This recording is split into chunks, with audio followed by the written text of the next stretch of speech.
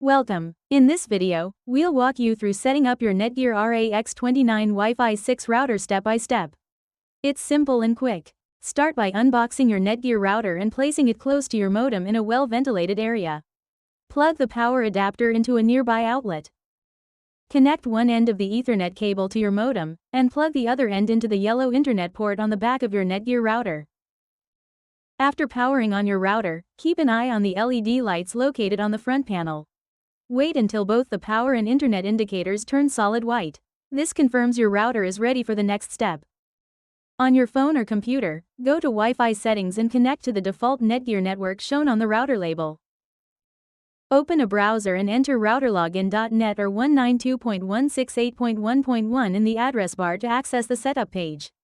You can also use the Nighthawk app for a guided setup. Create a unique and secure admin username and password. This login will be used to manage your router's settings from unauthorized access. Now choose a Wi-Fi network name and password. You can keep the default or create your own for better security and easier recognition. If prompted, allow the router to install any firmware updates. This helps keep your connection secure, stable, and running at peak performance.